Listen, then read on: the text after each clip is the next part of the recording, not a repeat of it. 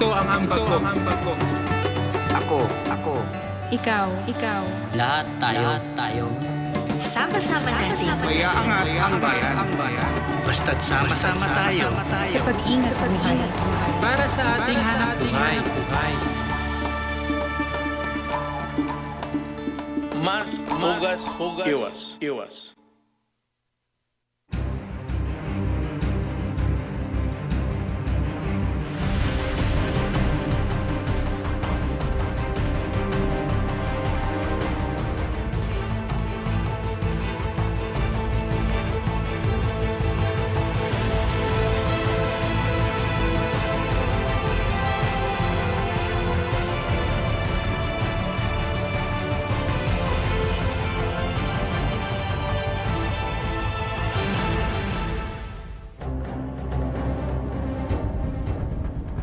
Magandang araw po sa ating mga kababayang nakatutok ngayon sa ating programa sa loob at labas ng bansa. Gayon sa lahat ng nakasubaybay sa ating online streaming. Panibagong araw na naman ang pagbabalita sa mga hakbang ng pamahalaan upang masugpo ang health crisis na patuloy nating kinakaharap.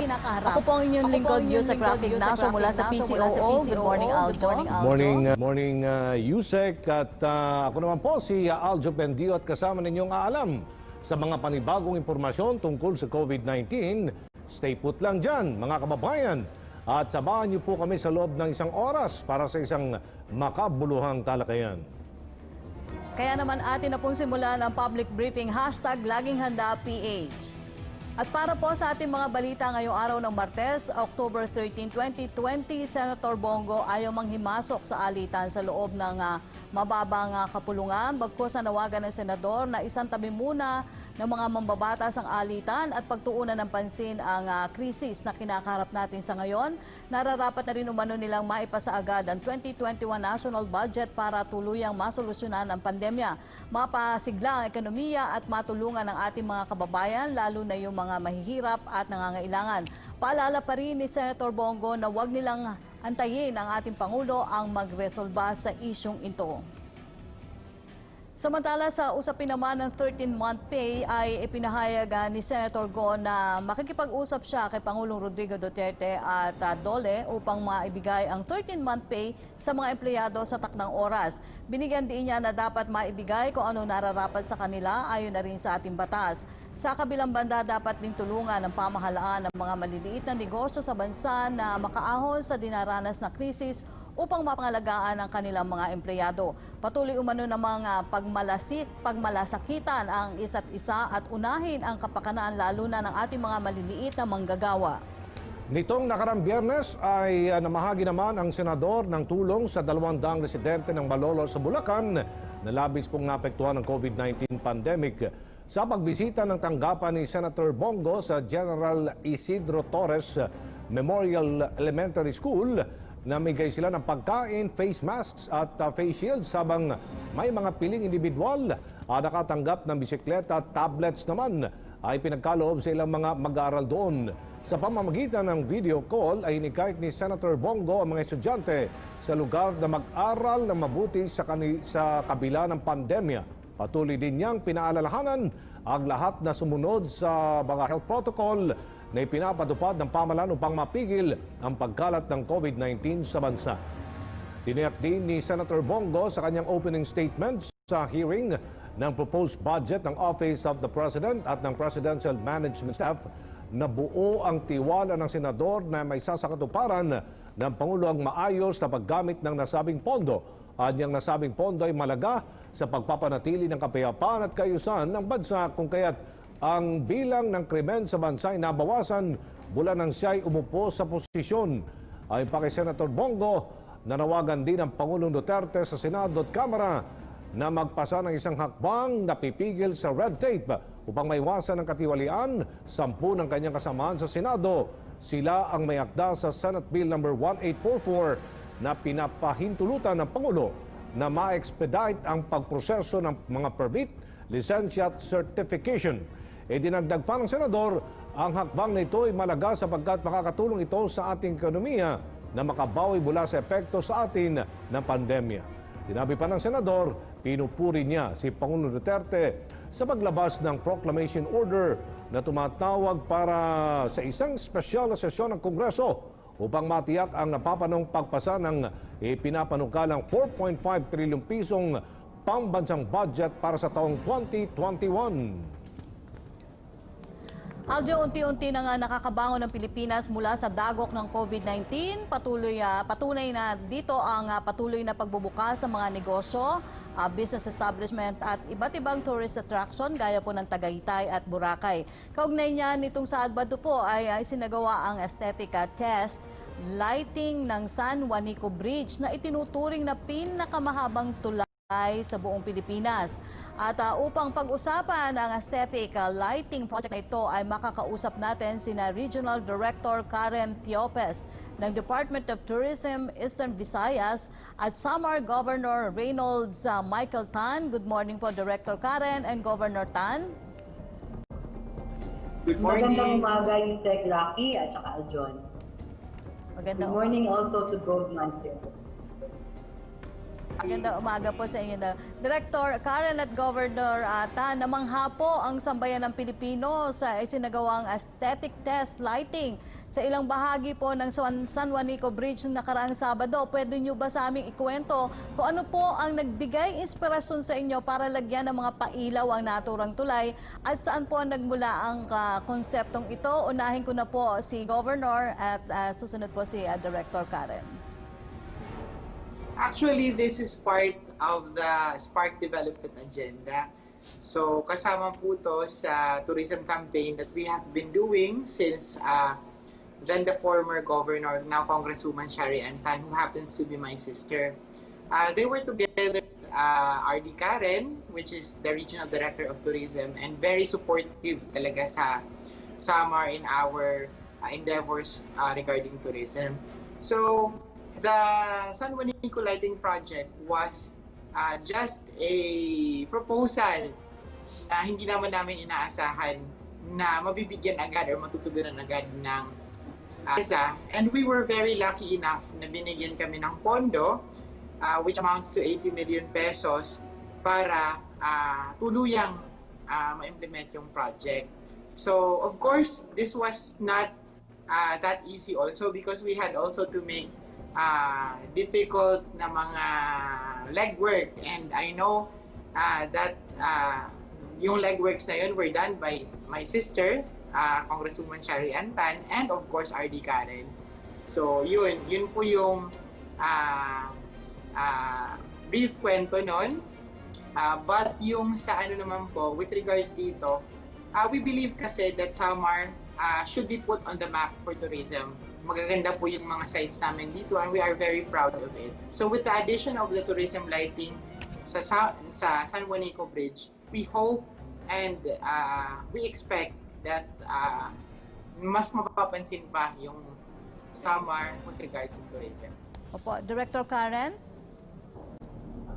So, Yusek, Rocky, actually nagsimula itong ating San Juanico Bridge aesthetic lighting program nung iniisip ni then Governor and now Congresswoman Shari Antan kung ano yung pwedeng gawin sa second district ng Samar, which is very much adjacent to Tacloban City, yung aming regional gateway. So itong area na to, yung second district, yun ang in-identify niya as the priority development area for tourism because it is strategically located. So nakita niya ang San Juanico Bridge.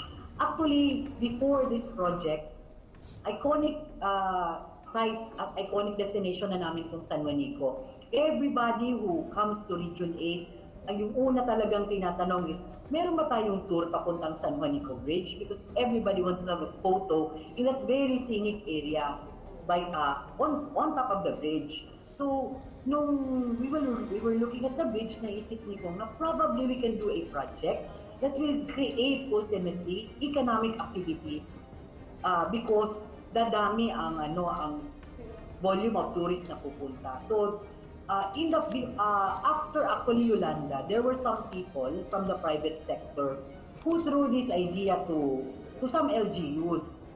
So I also mentioned this to then Governor Shari Antan, and she liked the idea. So that was the start. We proposed it to TIESA, and we focused more on the economic activities that will later on grow in that area along the San Juanico Strait. Yung tinitingnan kasi ni Congresswoman Tan na magkakaroon tayo dyan ng we will have a boardwalk area where we can put up stalls and other tourism services para naman when the visitors go there, they can also become good tourists by spending really and making an impact on the local community. So yun ang kwento ko, Yusek. Opo, Director Karen, sa haba po ng San Juanico Bridge ay hindi po naging madali na isa katuparan ang lighting project na ito. Magkano po ang budget na inilaan nyo dito? Ang TIESA po ay nagbigay ng 80 million. Pero ang Provincial Government of Samar ay meron din silang in-invest. They actually spent 14 million for the power plant at saka yung direct connection sa MELCO, yung ating local electric cooperative in that area. And I think Governor Mike can also share yung mga plans nila because they will be taking care of the maintenance at saka yung overhead. Opo. Matanong lang din po namin, Director Karen at Governor Michael Tan, sa laki po ng pondong inilaan nyo dito, wala po bang, nag-question dun sa project na ito? At sigurado bang may iba dyan na nagsasabi na mas dapat pagtuunan ng pansin yung pagtulong sa mga kababayan po naging apektado ng pandemya? Paano nyo po ina-address ito? Unahin ko po si Director Karen and then si Governor po. Yusek, this project was proposed way back 2018. So wala pa tayong COVID-19 nung panahon na yon. And nagkaroon kami groundbreaking in the middle of 2019. It was supposed to be last year. Kaso marami din tayong mga naging challenges, lalo na nung magkaroon ng bagyo nung December, nadaanan ng bagyo ang Region 8. So nahirapan silang ang ating contractor nahirapan magpadala ng mga kanilang materials from Manila to Samar. So then inabutan tayo ng COVID pandemic. So the majority of the people have been reacting to our posts and the news items of lighting at the San Juanico Bridge. Actually, konti lang, while a large majority said they're for this project, they're happy that there's this project. Konti lang talaga ang medyo merong negative mga feedback. But ultimately, we are all proud. Kaming lahat na taga-Eastern Visayas, we are all proud of this project because we know that this will put us in the map. Dagdagan yung aming reasons for inviting people to visit Eastern Visayas, particularly Samar. Opo, Governor Tan? Hello po. Sorry, nakakata ko kanina. Opo. Regards dito po sa lighting project, as mentioned earlier by RD Karen, this was supposed to be launched prior to the COVID-19 pandemic. So with this, despite sa naging challenges of COVID, we are very positive that this will also help sa COVID-19 recovery. Why? Because this time, I know that it's very difficult for us to travel abroad. So we can offer a tourism package wherein travelers from within the region or inside the Philippines can visit Samar and see the beauty that we can offer. So it's part of it po. Sana this will be kumbaga catalyst na maging mas progressive pa yung Samar through tourism. Opo. Dahil na rin po sa pandemic ay bahagyang naantala ang proyektong ito. Ano-ano po ang inyong ginawa para maihabol ito ngayong Christmas season? Sino-sino po ang naging katuwang nyo para mapabilis ang pagtatapos nito, Governor?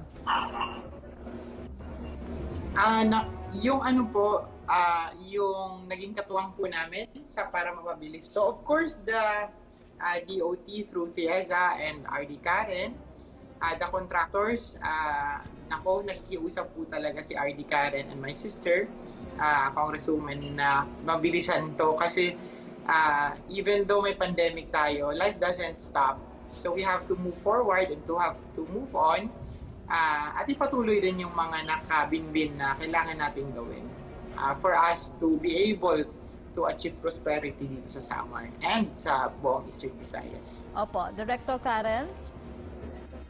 at saka USEC, we also have to be thankful to the Department of Public Work and Highways, Region 8, kasi sila actually ang national agency na may authority over that bridge. Sila ang nag-maintain. So we really get all the support that we offer po as far as this construction or this project is concerned. At saka, suportado din tayo ng Regional Development Council ng Eastern Visayas. So before we presented this project to PIESA, present muna ito ni Congresswoman Tan sa aming RDC, at the RDC also believe that this can be a vehicle for economic development along the San Juanico Strait development area. So they really endorsed this project. So probably this is one of the reasons kung bakit ang PIESA ay nabigyan pansin talaga tayo at natulungan tayo by coming up, by providing us with the funds. So sa RDC naman po, USEC, we're not just looking at the lighting project, but we also made sure that there is an interagency technical working group who will look into the proper development of the area, kasi nag-expect kami na pag natapos na itong project na to, marami talagang magmamashroom na small businesses along that area. So we're looking at security for both motorists as well as mga boats na dadaan dyan sa San Juanico Bridge.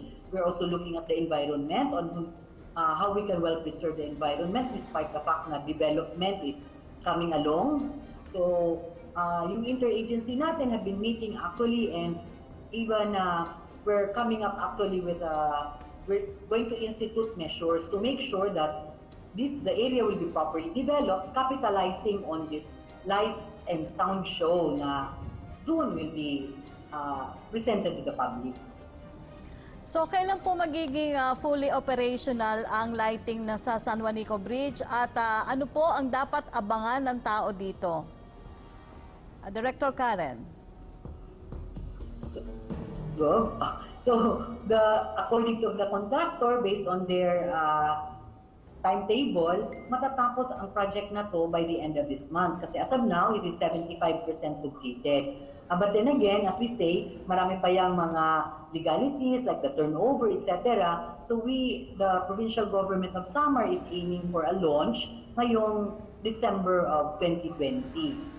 And we still have to agree yet kung how often we will be able to present this light show. Initially, yung pinag-usapan was we will have this light show Fridays, Saturdays, and Sundays. Siguro pagdating ng dilim, like say 6 o'clock in the evening, we will have one show for every hour. Kasi yung the bridge will be lighted, what they call it static lighting. So yung static lighting will be on from probably 5 in the afternoon till 11 in the evening. But the light show will only be done for 15 minutes in each hour of that period. So tuwing weekends, definitely the San Juanico Strait will be a colorful place to see. Opo, Governor Tan, so paano niyo naman po pinaghahandaan ito? Actually, we are preparing the adjacent na area for us to put the viewing deck. In fact, it is also funded by PIESA worth 90 million. Antala lang po ng COVID-19. But we are doing our share po. We have contributed 20 million for the access road leading to the viewing deck na ipulalagay nung pinondohan ng PIESA. So we are doing the legwork now. We are doing it, and we are constantly meeting with the LGU, the stakeholders para po ma-ensure na the project will really serve its purpose on uplifting the livelihood of the people, not only in Samar but the entire Eastern Visayas. Opo. Magtungo naman tayo sa tanong na ating mga kasamahan sa media mula po kay Evelyn Quiroz ng Filipino Mirror for Director Karen. Ito po ang tanong niya. Has the Department of Tourism issued guidelines on the operation of tourism enterprises in the new normal? Also, has there been a recovery of the tourism industry in general? Okay. So, the Department of Tourism, yung central office, issued various guidelines already on the operation of tourism enterprises under the new normal, like protocols for accommodation facilities, for tour operations, for tourist transport, even beach and island destinations. So ito naman, we communicated this already to our stakeholders. In fact, at the local end, gumawa rin kami ng manual. So this manual, prepared by the DOT Regional Office, is a compilation actually of all the issuances made by different line agencies, particularly yung aming mother office, DOT, then the Department of Health, the DTI, the DOLE, and even IATF issuances, para alam na alam ng aming stakeholders ang dapat gawin at ano ang hindi dapat gawin to make sure that we contribute also to the lowering of the positivity rate of COVID-19 in Region 8 as well as in the entire country.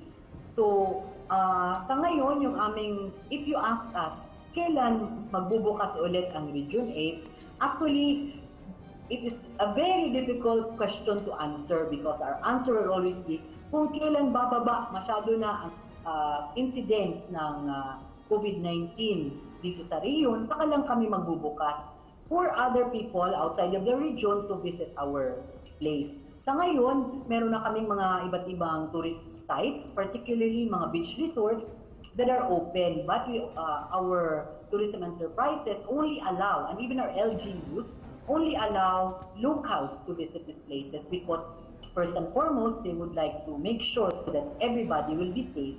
So parang hindi pa talaga sila kampante na we will allow an intra-regional tourism. So we're, as Secretary Berna would always say, we do this slowly but surely. Opo. Para naman po kay Governor Tan, paano po makakatulong ang proyektong ito upang makabangon ng ekonomiya at turismo ng inyong rehiyon? As I've said earlier, siguro ito po yung lighting project will put Samar on the map. We hope for that, and we are expecting more traffic of tourists, not only in Region 8, within Region 8, but also from outside Region 8. Kasi I've seen sa mga, kumbaga sa social media, and people are really excited of visiting the place. People from abroad who are from Region 8 wants to go back at the lights, from the nearby regions wants to visit. So hopefully by then, if we are open na for the intra-regional travel, then there will be more traffic for us. We are also looking at opening some of our sites. We are, as mentioned earlier by RD Karen, meron na pong manual na ginawa for the entire region, and we have adapted it as a provincial government of Samar for us na makapag-open na po kahit papano yung local tourism kahit within Region 8 lang muna this coming November. So hopefully if everything goes well, ganong tumaas yung positivity rate ng COVID-19 dito, then we will be set by then, this coming November. Opo, Governor Tan at Director Karen, bukod po sa San Juanico Bridge, kailan nyo po planong buksan sa publiko ang iba pang mga attraction dyan sa Eastern Visayas? At invite nyo rin po ang ating mga kababayan para bisitahin kayo soon. Marami talaga, Yusek, nagsasabing uwing-uwi na sila. So we're expecting a lot of our kababayans, fellow Eastern Visayans, to be coming home this December to spend their holidays here. So sana by that time, mababa na talaga ang positivity ng COVID situation dito sa amin so that we can now really say that we will be able to open our doors for tourists, not just within Region 8, but also from other regions. So we're looking probably at a recovery, God willing, starting first quarter of 2021. Governor Tan? Yes, I agree with RD Karen. We will do this slowly but surely. We want to maintain and keep the safety of the Samarnons. First and foremost, yung health ng mga taga rito, but also to make sure that tourism will be back as soon as possible. So all the necessary protocols are already in place. As I've mentioned earlier, we are looking at November for the initial opening of within the region lang na tourism. Hopefully by then, makapag-practice din po yung mga mga tourism sites na usually they are managed by the People's Organization. So, Okay. Nagkaroon ng problema ang linya ng komunikasyon ni Governor Tan. Anyway, congratulations po para sa inyong natatanging San Juanico Bridge Aesthetic Lighting Project. Muli maraming salamat po. Department of Tourism Eastern Visayas Regional Director Karen Tiopes at Summer Governor Reynolds Michael Tan. Salamat po. Keep safe po. thank you, thank you. Yan, Gustong-gusto kong puntahan yan, Yusek. Kaya nga, di ba? Kung di lang mahirap magbiyahe, di ba? Kung pwede ka na talagang pumunta para makita natin ang ganda ng San Juanico Bridge ngayon.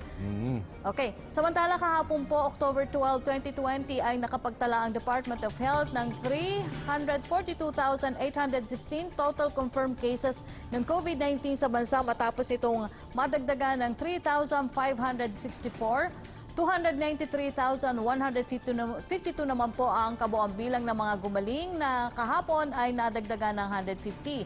Habang 11 naman po ang nadagdag sa mga nasawi na sa kabuuan po ay nasa 6,332 na. Kahapon ay malaki ang itinaas ng COVID-19 cases na umabot sa mahigit 3,500. Ito na po yung pinakamataas na bilang sa nakalipas na isang linggo. Malaking bahagi o 38% sa mga kasong naitala kahapon ay nagmula sa NCR na umabot sa 1,344. Ang lalawigan ng Cavite ay sumunod dito na may 250 na bagong kaso.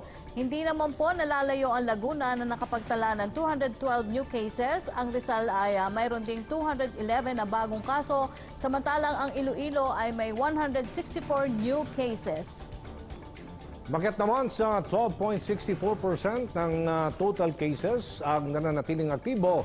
Mas mataas ito ng bagya sa ating naiulat kahapon na nasa 11.8% lamang.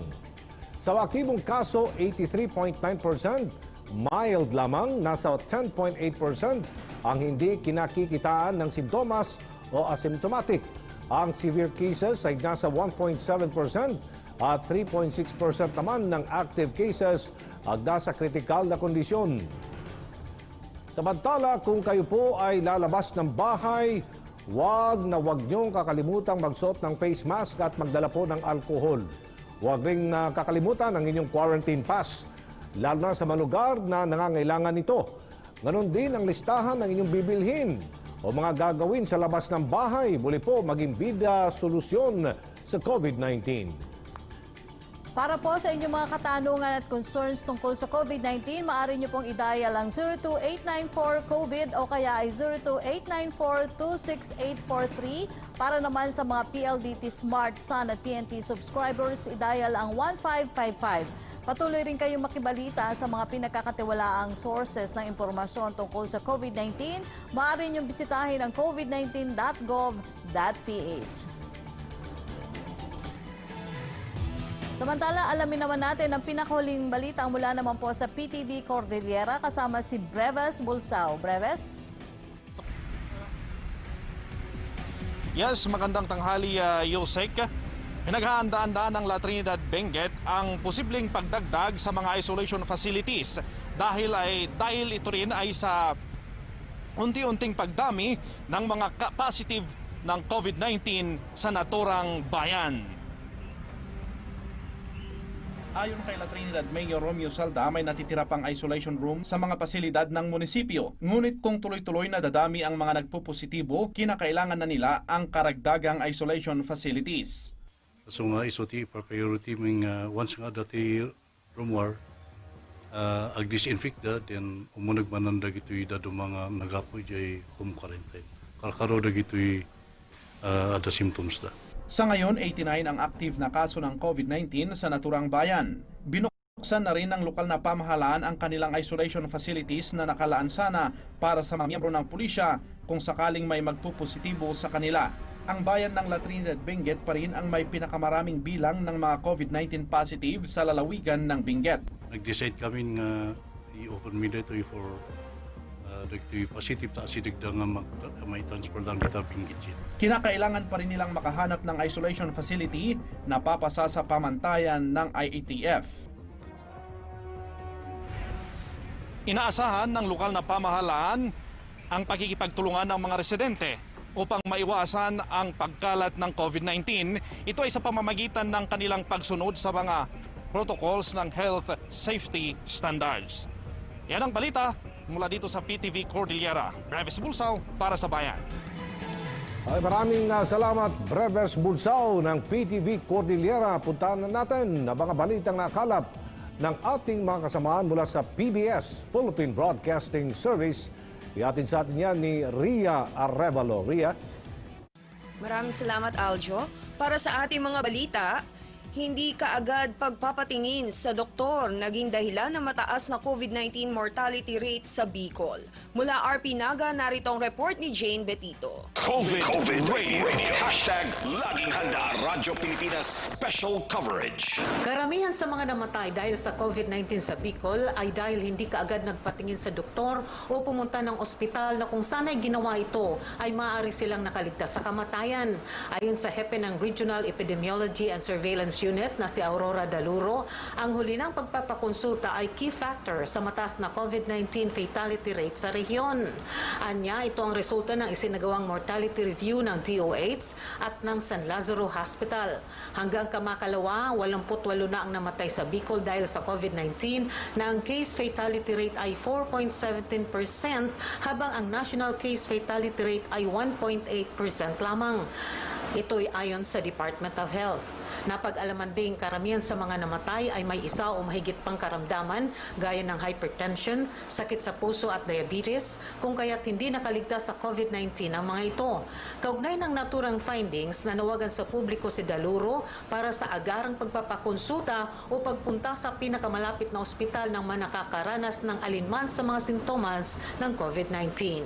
Hali sa Naga City, Camarines Sur, Jane Betito, Radyo Pilipinas. Samantala, mga local products tampok sa Cosechas de Zamboanga. Nasabing aktibidad malaking tulong sa mga magsasaka sa gitna ng pandemya. Mula RP Zamboanga, narito ang detalye kay Shirley Espino. COVID Radio.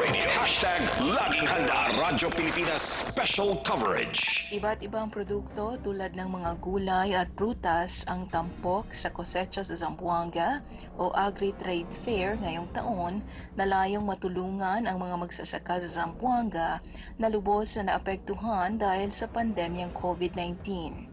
Ayon kay City Agriculturist Carmencita Sanchez, layo nito na matulungan ang mga magsasaka sa gitna ng pandemya upang madagdagan ang kanilang kita sa pamamagitan ng pagbenta ng kanilang produkto.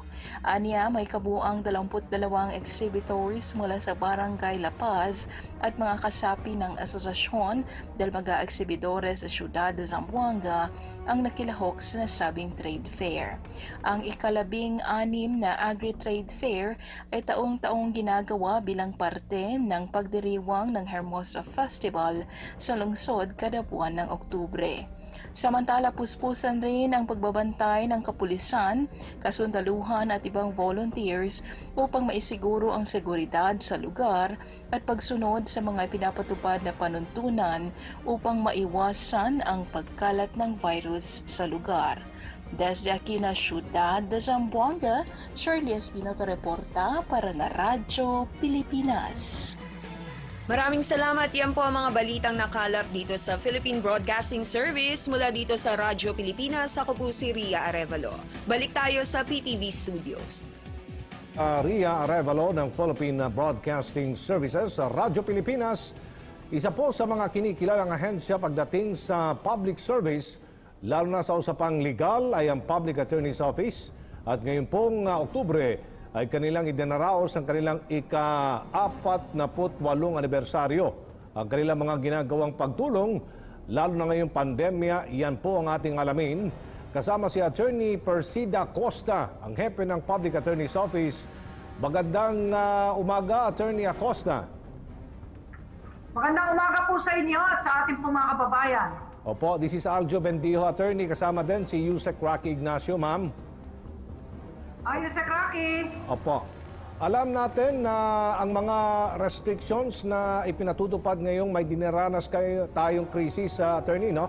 Kamusta po ang inyong paggunita sa ika-48th anniversary ng Public Attorney's Office? Ito po ang ating anniversary month sapagkat ang PAO po ay nagmula sa Silaw at natatag po ito noong October 23, 1972. Silaw pa pangalan, Citizens Legal Assistance Office. Pero nung umupo si President Corazon Aquino ay ito po ay itinalaga na pangalanan na Public Attorney's Office. Kaya po anniversary month natin ito at nagbibigay po tayo mula sa ating mga donors ng libreng face mask at face shield sa ating mga abogado at sa ating mga empleyado. Opo, yan pong magandang ibabalita din namin sana, attorney, na kayo po namahagi dyan ng mga face masks, maging face shield sa inyong mga regional office. Ano po ang mga activities na inyong isinasagawa kaugnay pa rin po ng inyong anibersaryo? Tuloy-tuloy po yung ating mga online hearings. Yung iba naman pong judges ay actual pa rin pero naka-face mask, naka-face shield. At meron po tayong maibabalita sa ating mga kababayan na mula po noong Enero hanggang Hunyo, kahit may pandemic po, Opo. ay nakapagpalaya po ng umaabot na 7,554 na mga prisyonero. At yan po ay sa kabutihan din ng Diyos at ating mga korte, siyempre sa tulong din ng ating mga PAO lawyers.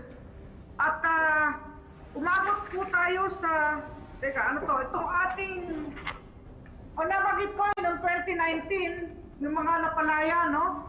Ngayong taong ito po, umabot po sa 31,055. Yung kanina po, yung nasabi ko, favorable judgment pala yun sa mga PDLs. Opo. Ito po yung 31,055 na po mula March 16, 2020 hanggang August 31, 2020.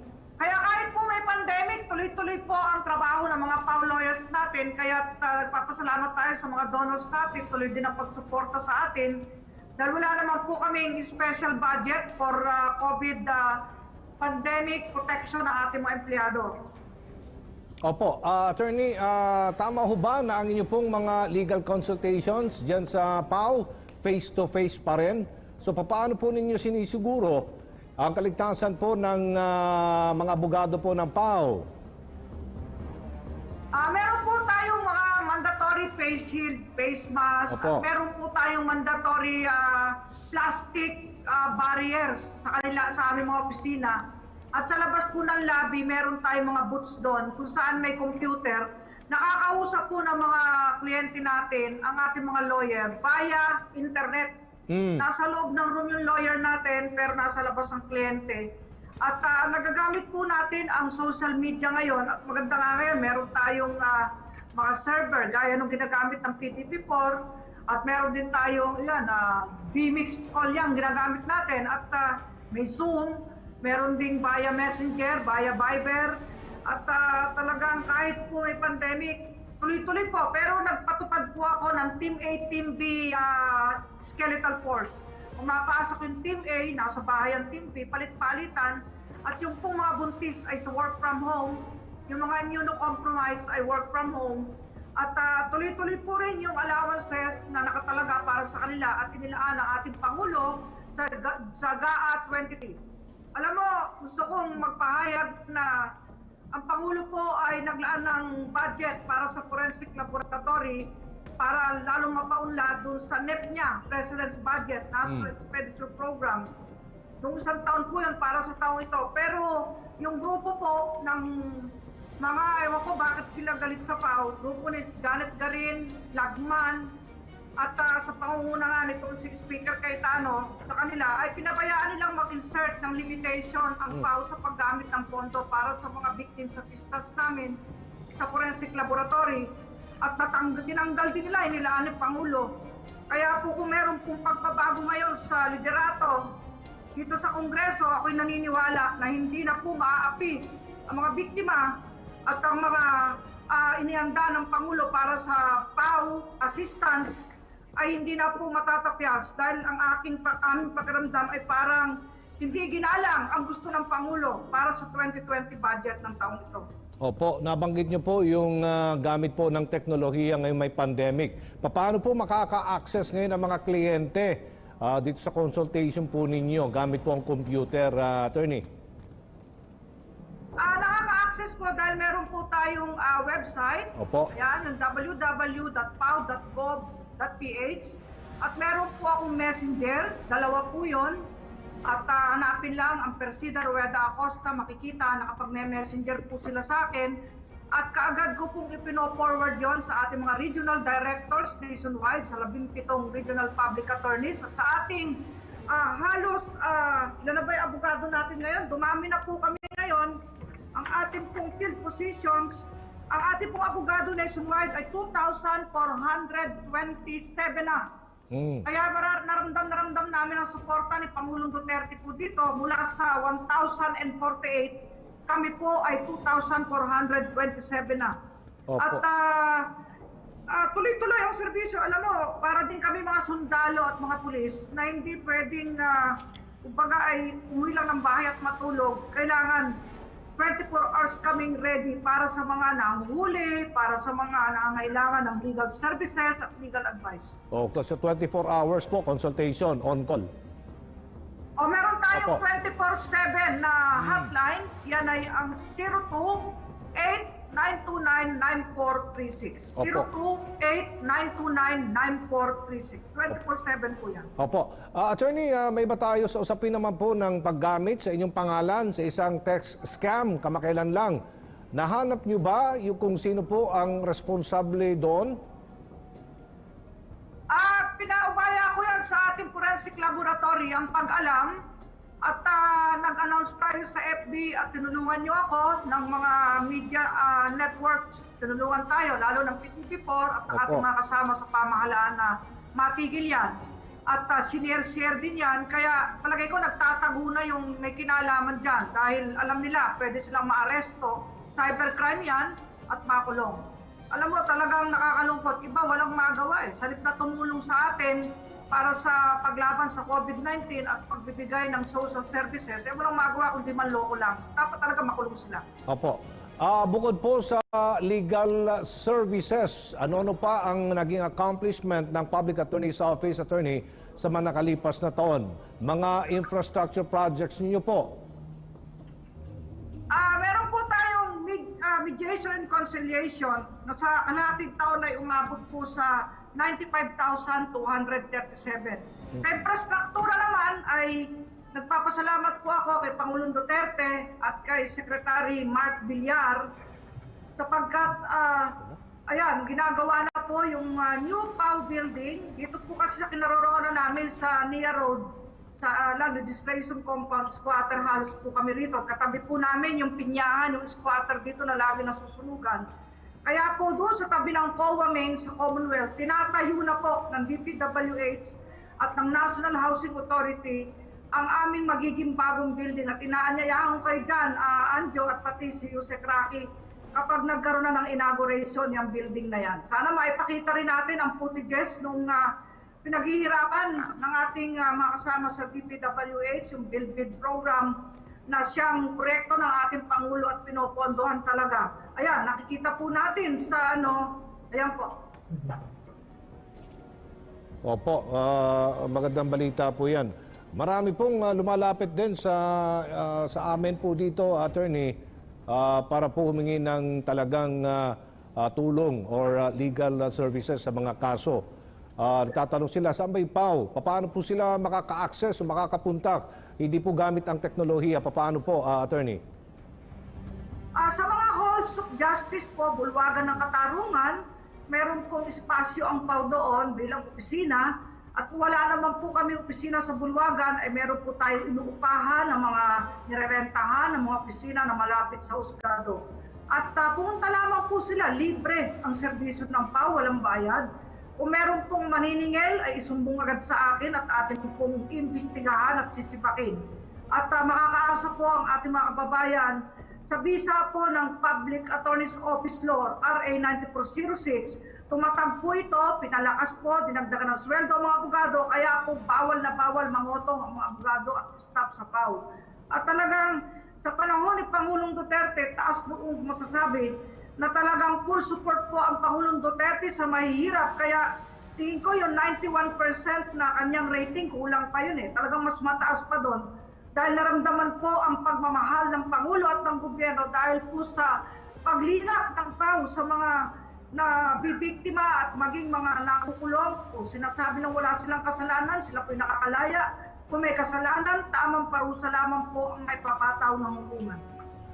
Maraming salamat po sa inyong panahon, Public Attorney's Office Chief Attorney Persida Costa. Stay safe po, Attorney. Maraming salamat po, mabuhay po tayo. Thank you, Attorney. Samantala, puntahan naman natin ang mga kaganapan sa Cebu kasama si John Arua.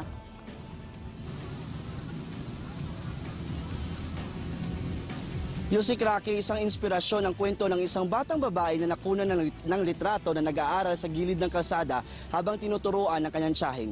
Narito ang aking report.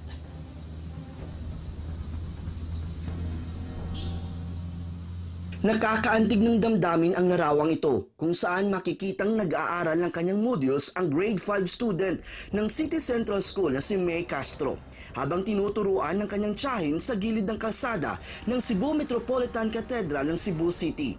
Dahil sa pandemic, wala munang face-to-face classes kaya ang mga katulad ni May na walang matitirhan ang gilid ng kalsada muna ang magsisilbing silid-aralan. Lisod-lisod ko. Kinanong rin sa kalsada.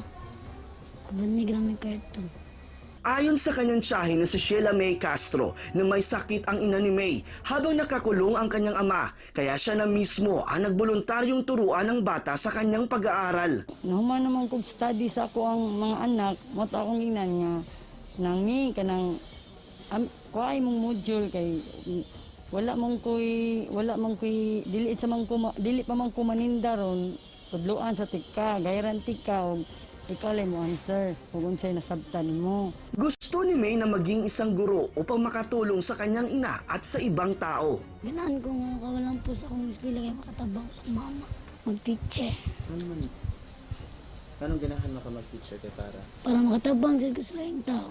Hindi rin maitago ang sakit na kanilang nararamdaman sa tuwing may mga taong minamaliit sila. Bisa ko na ni may kabubre, dili ko gusto nga i-lockdown ginis mga tao. So, ay mahimo, popretan. Ayon sa kumuha ng litrato na si Genevieve Bangay, na napamangha siya sa kanyang nakita, kaya naisipan niyang kunan ng litrato at i-post sa social media upang maging inspirasyon sa lahat. Sa pagkakitaan ako nila, sir, sa dalan, kanang nadira ang tanan nilang module gi kanang gitun-an, kay murag sa akong mind nakarelate ko nila kay ako kanang kuan ko, sir, kanang ning trabaho ko sa adlaw niya gabi mas eskwela murag nakaanak ko nga kanang naning kamot jud siya bisag inana iyang kuan ba inana ilang kanang kalidad gani ilang sitwasyon. Matapos makita ang larawan, agad namang tinulungan ng may-ari ng pinapasukan ni Genevieve ang magtiyahin. Personal silang binigyan ni Reynan Agudo ng school supplies at groceries. Nagabot din si Reynan ng financial assistance para sa bata. Mura sa kog na kuan ba natandog kay kuan bitaw tungod sa sitwasyon karon sa edukasyon sa new normal, so mao nga lisod sa ilang part, so punan pa sad nga naras dapris dalan, so moto nga maka-touch gyud. Isang inspirasyon ang ipinakita ng magtiyahin na sa kabila ng krisis na kinakaharap natin, pinapahalagahan pa rin natin ang edukasyon dahil naniniwala sila na ito ang mag-aahon sa kanila sa kahirapan.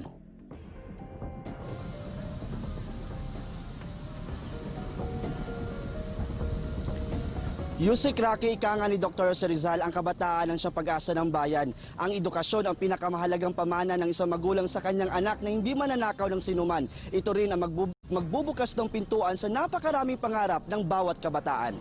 Mula dito sa Cebu, John Arua, para sa Bayan. Salamat, John Arua, PTV Cebu. Magbabalita naman dyan sa Davao City si Regine Lanuza. Regine, mayong udto. Yes, Aljo, simula October 15 hanggang December 31 na ipapatupad na muli dito sa Davao City ang curfew. Ito ay dahil na rin sa tumataas na kaso ng COVID-19 patients at upang masuportahan na rin ang Davao City Police Office sa pagbabantay ng syudad, lalo pa ngayon na nabawasan ang kanilang manpower dahil nahawa na rin sa nasabing sakit. Magsisimula ang curfew alas 7 ng gabi hanggang alas 5 ng umaga. Kasali sa nasabing curfew ang mga business establishment tulad ng resto bar, KTV bar, sari-sari store at iba pa. Ang Rojas Night Market ay apektado din dito. Papayagan lamang silang makapagtinda mula alas 5 ng hapon hanggang alas 7 ng gabi. Kasabay ng curfew ay ipapatupad din ang liquor ban sa nasabing oras. Sa kabila nito ay wala namang pagtutol ang mga residente at owner ng mga establishmento. Ayon sa kanila, naiintindihan nila ang nasabing hakbang ng lokal na pamahalaan. Para rin naman daw ito sa ikabubuti ng nakararami. Maliban sa mga establishmento ay kasali rin sa curfew ang mga empleyado kung saan exempted lamang ang mga empleyadong nagtatrabaho sa nasabing oras. Kailangan lamang nilang ipresenta ang kanilang ID kung dadaan sa mga checkpoint. Samantala, ayon naman sa head ng City Tourism Operations Office na si Jean Rose Texon, hindi pa rin tumatanggap ang Davao City ng mga turista na galing sa ibang rehiyon. Ito'y kahit nagbukas na ang karamihan sa mga tourist establishment. Local tourist o yung mga turista na galing sa ibang probinsya ng Davao Region lamang ang pinapayagan. Masaya nitong ibinalita na marami na rin ang bumibisita sa Davao City. Aljo, binigyang linaw din ng lokal na pamahalaan na mahigpit na health protocols pa rin ang kanilang ipinapatupad sa mga tourism establishment para nalin sa kaligtasan ng mga bisita at sa mga empleyado sa nasabing establishmento. At yan muna ang pinakahuling update mula dito sa PTV Davao. Regine Lanuza para sa Bayan. Salamat sa iyo, Regine Lanuza ng PTV Davao. Pasalamatan na rin po natin ang ating mga partner agency para sa kanilang suporta sa ating programa at maging ang kapisanan ng mga broadcaster ng Pilipinas. Salamat din po sa Filipino Sign Language Access Team for COVID-19. Mabuhay po kayo. At dito po nagtatapos ang ating programa sa araw na ito. Ako po ang inyong lingkod, Yusek Rocky Ignacio mula sa PCOO. At ako naman po si Aljo Bendio. Oy, 73 days na lang po at Pasko na.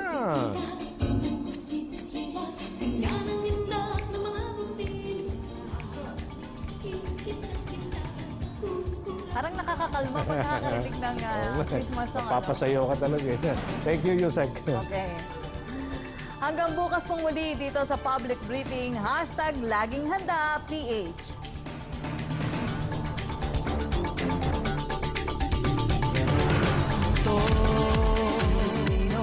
Kaya natin to.